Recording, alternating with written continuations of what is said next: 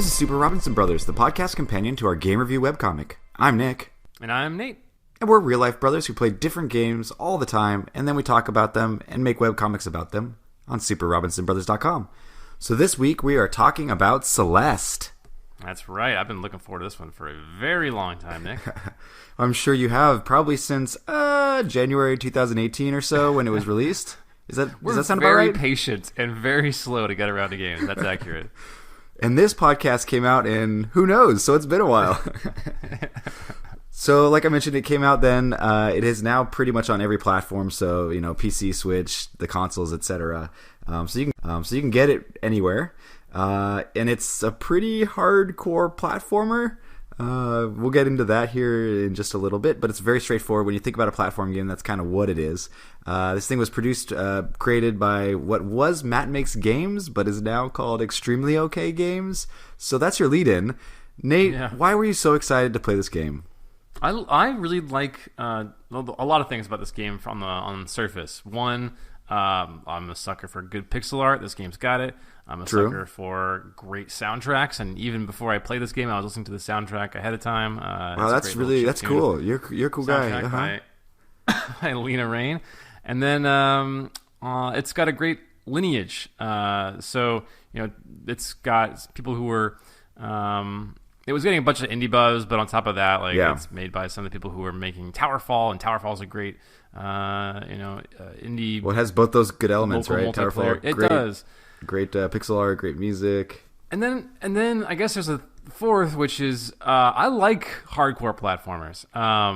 People were definitely buzzing about this one being one of the better ones in recent memory, and I think they're right, Nick. I think they're right. Whoa! So, spoiler alert.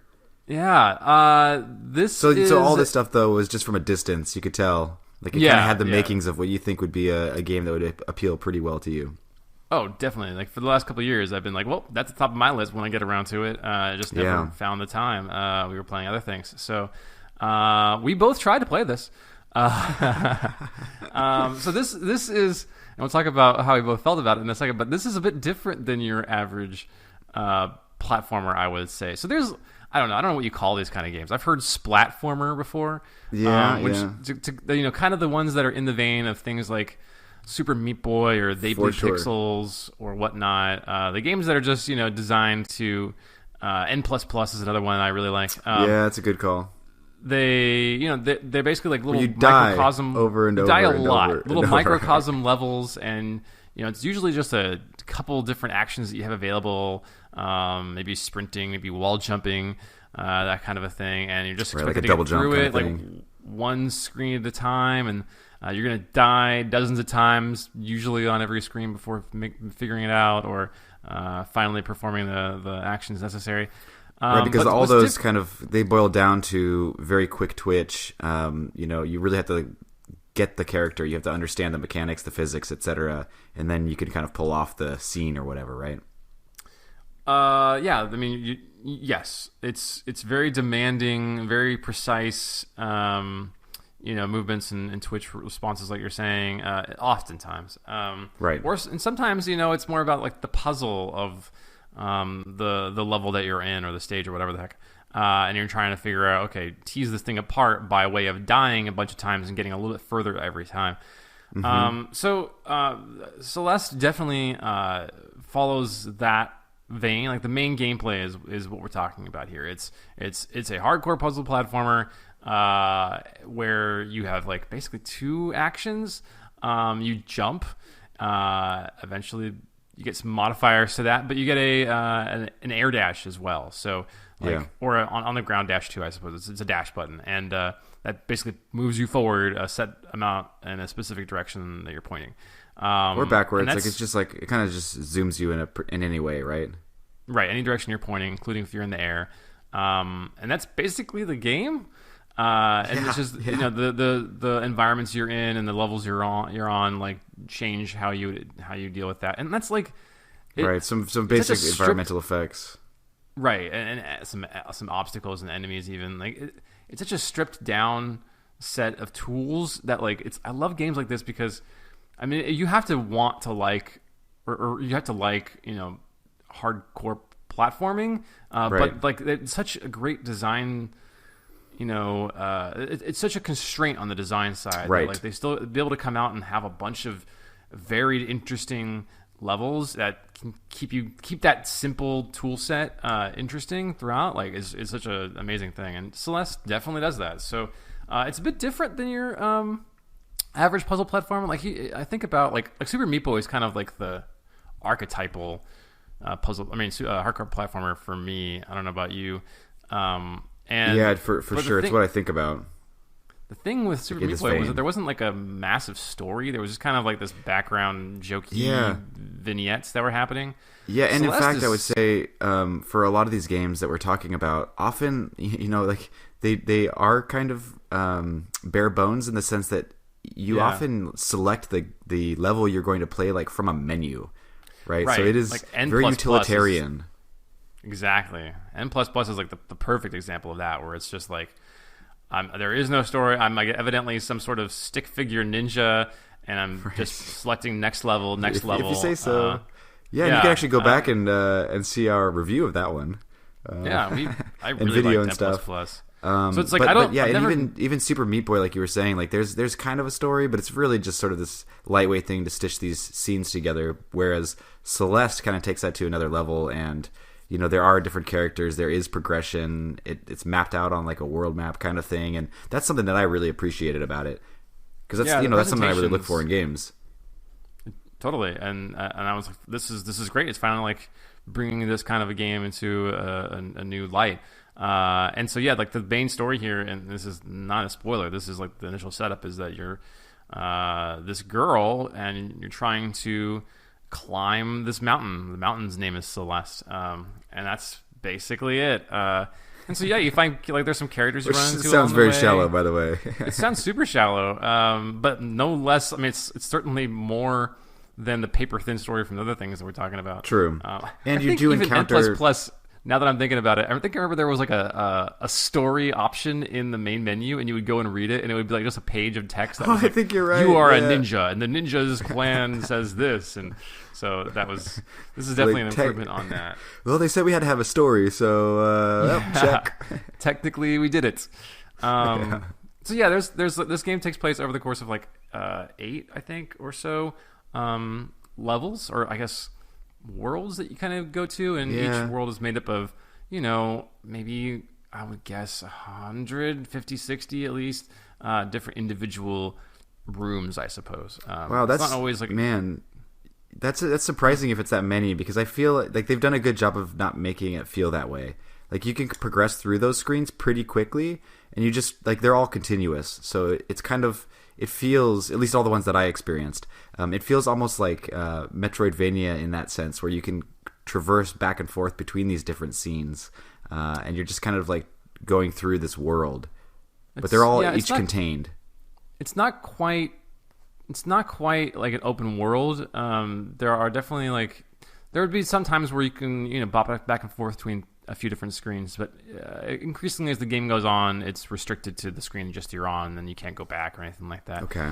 And it's definitely not like you're unlocking new abilities like a Metroidvania, but like I get where you're coming from. You're talking about but yeah, basically each screen is its own challenge, and what I think is so great about this game is that each screen is like a puzzle for you to figure out. Each one of them like requires you to kind of like stop if you're smart, and you can not be like me where I'm just like, okay, cool, new level, I'm jumping here. If you can stop and think about the room you're looking at, or the setup, and kind of like plot out your attack. I'm like, oh, I gotta jump here, and then I probably need to do a wall jump here. You'll be way more successful. And like again, as the game as it progressed and it got further in, that stuff became mandatory. It became much more of a puzzler than it did a platformer in many ways, where it's just like, okay, I figured out the puzzle now. That's the hard part. Now I just need to execute on it. And you're really just sitting there and studying it. Often, yeah, absolutely. Absolutely. Okay. So, I mean, and some of the stuff, like a lot of it, is timing, because there'll be things moving around, and there'll be, some perfectly placed spikes and different traps like that. So there's definitely some stuff that you can see. But I also felt like there were a lot of different pieces that, you like the environmental piece of it, where, there's kind of a surface that you have to learn the rules about. And the only real way to do that, to learn those rules, that it's going to crumble right from underneath you immediately or something like that, is to sort of hop around. Yeah, I feel like that's true for like any platformer, right? Like the first time you run into something, you're like, "What the heck does this Goomba thing do? Can I walk up and touch it?" Right. And they did a pretty good job of layering those on. Again, as any good kind of platformer would, where it builds and it doesn't just throw everything at you all at once. But like you were saying at the beginning, I think it also does a really good job of just keeping all the mechanics pretty like you're never really relearning anything, but you're just adding to your knowledge. So do a really good job of building. Yeah. I agree. So, what did you think of the story, Nick? I don't know how far you got into it. The story, did it work for you? It was fine. I mean, I didn't get super far, but like I said, there was enough of a story there to kind of scratch that itch. So I really appreciated that. But I wouldn't say it was something where I'm like, oh man, I got to keep going and pound my head against the wall just so I can find out how this resolves or progresses. Did you feel the same way? Yeah, I loved the idea that there was a story, and I kind of liked the setup, the simple setup, and have seen it evolve a little bit. But the story didn't really compel me too much. The thing that, I mean, definitely the platforming pulled me through, but I finished this game and everything, and the end I quite liked, and it wraps up really well, and the sense of achievement and the way it builds towards that goal definitely helps. Like the idea that you're climbing this mountain seemed like an overall meta goal that did help drive me through. But it was like the moment to moment dialogue or characters, none of that really landed with me, unfortunately. Like maybe the main character was kind of interesting, her struggle, but everyone else I was just like, you actually, because you do find some characters throughout the environment, and you can go talk to them, and there's actually dialogue trees even. And if you remember, like when we were recording our video, like we ran into one of them, and we were both like, just keep talking to this guy. Right. Is there a point to this? And there seemed like there's a bunch of throwaway stuff, like with these characters that you might stumble upon. Yes, a lot of it's optional, and if you like that stuff, if you're into the writing, if it's resonating with you, great. It didn't so much with me. It was more the concept that I liked, I suppose. And if you do go back and watch our video, some of the tone I wasn't into. It just felt kind of really just intentionally goofy. Where I didn't think it really needed that, or it didn't feel like it fit. But it's hard to tell with something like this where it's so simple on the pixel art. Like we're talking really chunky pixels. It looks great, but you can't really convey a really serious tone or whatever they're trying to do.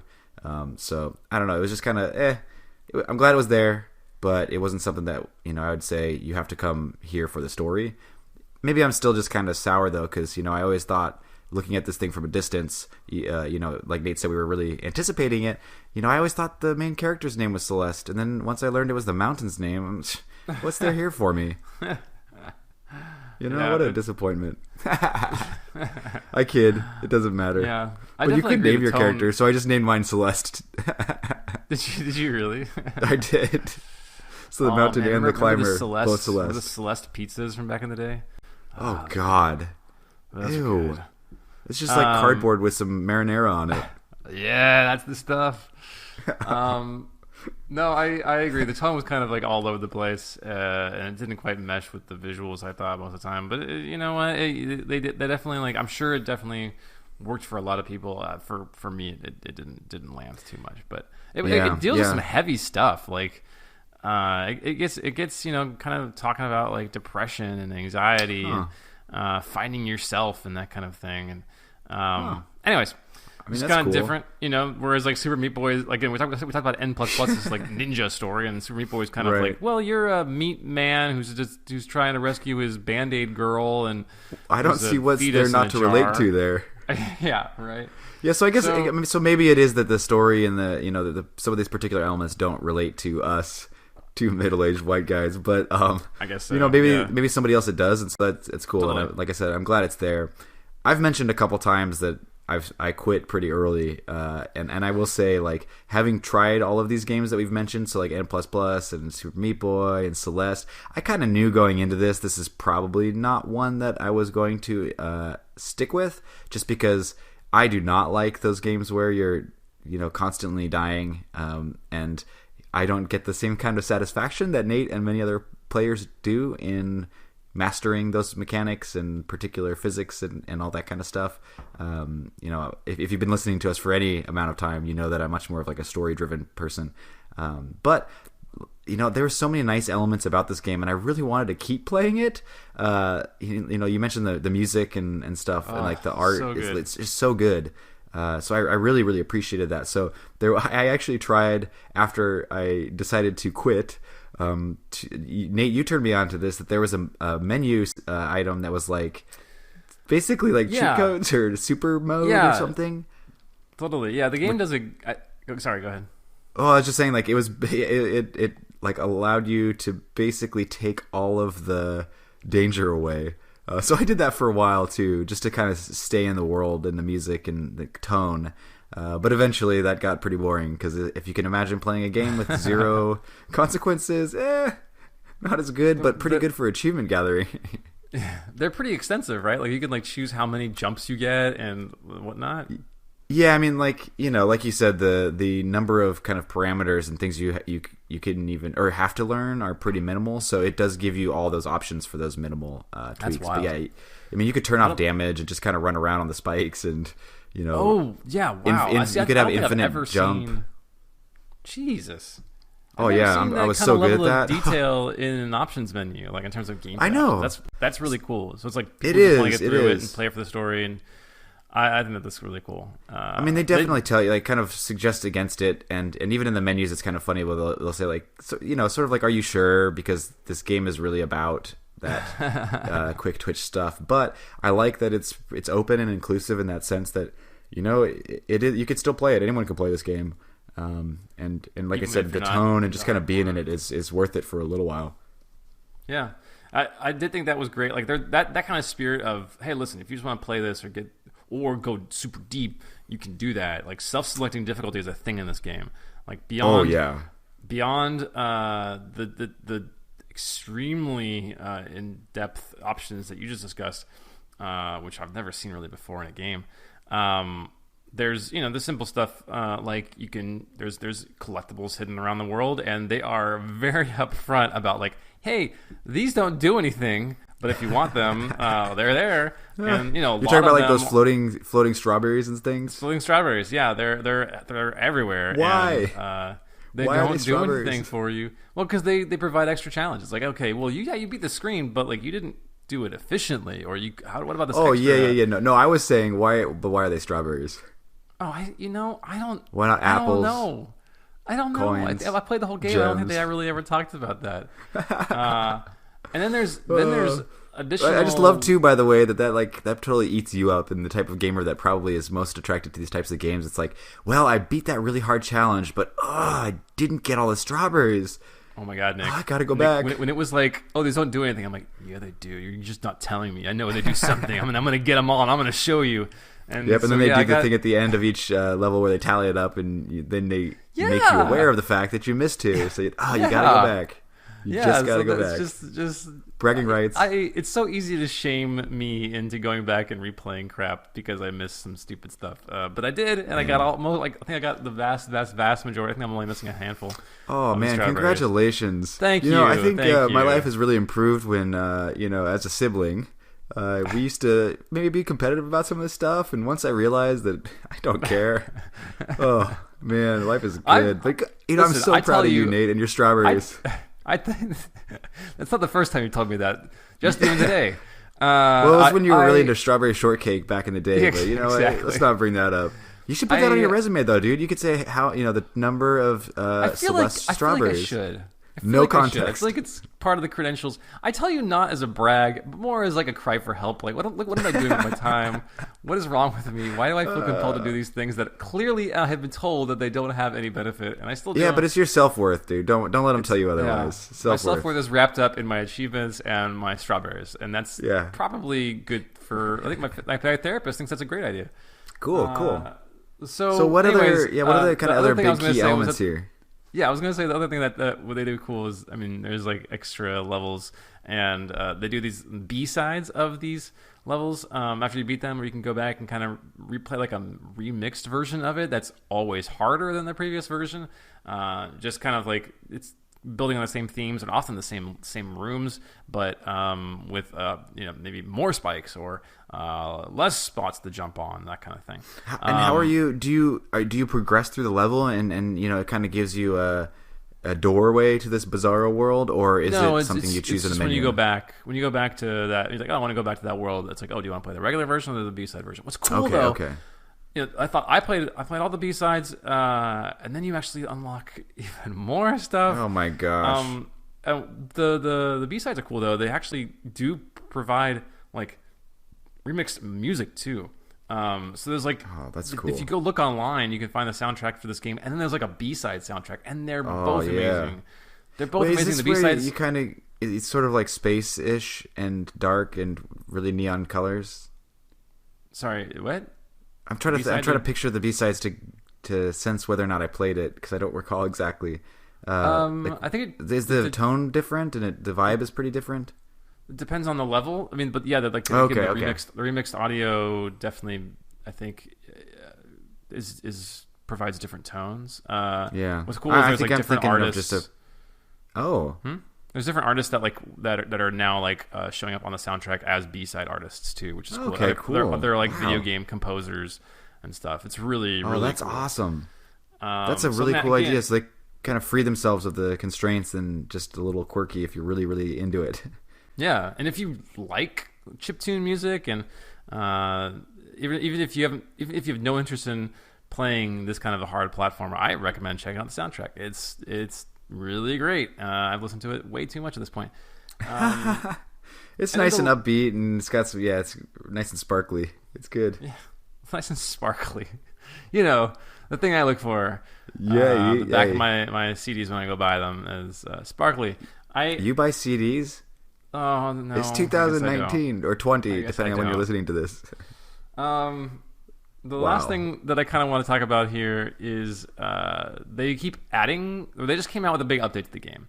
So there were 8 worlds, and now there are 9, and the 9th one is entitled Farewell. It's kind of like a epilogue to the game. So it's really cool. It's like a free update they just dropped. So I played the main game, and then I was like, well, I'm just going to jump right into the Farewell chapter 9. And it just adds that as another spot on the map, on the world map. If you didn't know it was like a free update, you would just think it's just part of the main game. It's just like, oh, that's the ninth chapter. It's the last chapter. It's just integrated just like any other world or any chapter you jump into. So I did this before I jumped into any of the B-sides and stuff, and holy crap. This game gets real hard, real fast as the game progresses, and as you start mucking around with the B-sides, and especially once you jump into that 9th level. So, like they have done a great job of not only updating the game and keeping it full of content, but like providing content for the players who really, really, really want a final challenge. Yeah, that's really cool. To kind of sort of for the folks who have stuck around and just continue to crave more. Instead of completely reinventing the game and changing it as they go, kind of give them a little love letter and something that really ratchets up those pieces. I think that's a really cool thing. But boy, I think I'm done with this game. Like I've gotten all the way to the final screen in that final chapter, and it is just insane what they expect you to do, and it's really a bummer to me because I'm so close, and I'm just like, I know I'm never gonna finish this last. And are they last room? Does the story progress though? Like they're actually adding on meaningful story content? Yeah, for sure. Yeah, nice. And yeah, it's kind of cool what they're doing. There's some interesting secrets that they're requiring you to go find. Although actually, some of the secrets are so obtuse that it really kills me when I have to go look on a guide. I really feel like that if you're asking players to have to go do that stuff, it's kind of breaking the spirit of what I want out of a game, which is don't break the contract of like I I shouldn't have to use things outside of the game experience to complete the game experience. And man, there's no way I would have found half these collectibles at all. But they're optional collectibles, right? Yeah, totally optional. But they kind of unlock later stuff. So there's like some of the content that is gated by you finding collectibles, and like hidden collectibles. And there's a few that I found like on my own, just being thorough. But man, some of them were just I don't know how anybody finds these things. Like they require specific inputs that you're like, you're breaking code of some image, and like I don't know. What? I don't want to spoil anything. Just know that if you're going to get really deep into this game, you're probably going to need a guide. It kind of gets Fez-like at one point, in terms of just like you're having to really strip things down and read through context clues that you can barely perceive. So it doesn't ruin the game. I hear you. I mean, it doesn't ruin it, because if you're that deep into the game, you're that deep into the game, and who cares? But it's still fun. It's just I don't know. For me, I just wanted to just keep progressing through platforming and. Right. Yeah, it was I hear you, but I also feel like change. It kind of matches what they're doing then from a gameplay standpoint, where like I said, if it's a love letter type of thing, like then this is maybe more for the folks who are all about trying to find the really difficult, they kind of ratchet up all the pieces that are most beloved maybe, and also most infuriating to some folks. Absolutely. So like otherwise, unless they make them super super hard, what else is there for those folks to kind of really grapple with years to come? So I hear you, but I think it also kind of makes a lot of sense. I agree. I think you're right. It's there if you want it. Just be prepared for a challenge, and don't jump into chapter 9 unless you really are ready.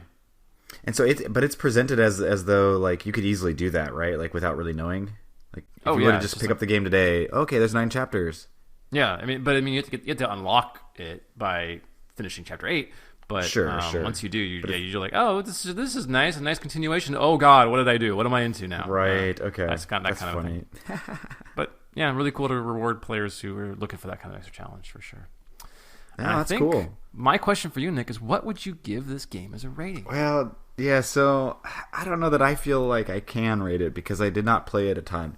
I think I played it for maybe the first like 3 worlds, but like I said, I did a chunk of that using my Game Shark super super secret cheat code kind of stuff. So I don't feel like I can really. I think this one should really come from you, Nate. I mean, I can tell you that it's really well crafted. A ton of care has gone into the like quality, production values. Like, it's a really, really well done game. It's just that it's not my. It's clearly not my cup of tea. So, I would say it's pretty high. It's for sure a 3 or above. More likely talking in the 4 and 5 range. But I don't know. Given that I didn't play it as much, I don't know that I can kind of piece together all the the kind of big flaws if there are any. So I guess maybe I'll start there and ask you. Were there big pieces that kind of brought this thing down a notch or two that really stuck with you as you were playing through? No, I'm struggling to come up with things that I think the game does poorly, and things that didn't really resonate with me. Like some of the aspects of the story, or I said, some of the optional secrets. Like it was still really cool. Some of the secrets that I did find were like mind blowing, and the moment to moment platforming and the visuals and the music work together so well that I really struggled to like knock it for anything. It's so expertly crafted. And I don't feel like they don't owe it to you in a sense. Like it is cool, like we said, that it sticks out among its peers because it actually has a story. So in a sense, already it's doing great. It's already the best story out of a puzzle platformer that I've probably played. Even though it didn't work for me, it's like it's still the most well done. So I feel like I have to give this game a 5 out of 5. Wow, nice perfection. It really is. Like there's so little. If this is your kind of game, and obviously you kind of have to like caveat every single review with that. Like, if you think you like this kind of a game, like this is about as good as it gets. But like we were saying too, like they also put in the work, knowing that it isn't for everybody. but then they put in the work to make sure that, even if it's not for you, you can still play it, and you can still get through it, which is amazing. Yeah. Yep. Because so many games are kind of too proud or too like pure about it, where it's like, well, nope, then you got to bounce off this and see you later. So totally. That's so awesome. And yeah, okay, I'm with you then. 5. Like I said, I can't, from a distance, I can't really, my nits are so small around tone and things that might just be my personal preference. So it sounds like it's just not your kind of game. Like, none of these games have really stuck with you in the long term. Yeah, no, that's true. Although I will say Super Meat Boy's kind of stuck with me in a way, because it's super gross. Super gross. Cool. Okay. Well, I think that's our take on Celeste. Yeah. Thanks for humoring me on walking through this one. I knew it wasn't going to be your cup of tea, but I appreciate it. Hey, my pleasure. It was fun. So hey, thanks a ton for listening, you guys. And if you have any questions, thoughts about Celeste, or everything we were talking about, please send us email at podcast@superrobinsonbros.com. That's right, and you can keep up with us all around the internet, Twitter, wherever. Find us with Super Robinson Bros. Of course, you can go to superrobinsonbros.com, where you can find all of our comic reviews, our videos on our podcasts, including our comics on Celeste. That's right. And hey, if you do have a second, if you could rate and review this podcast on Apple Podcasts, we'd be super appreciative. So thanks for listening, and we'll see you soon with a brand new game. Bye. Bye-bye.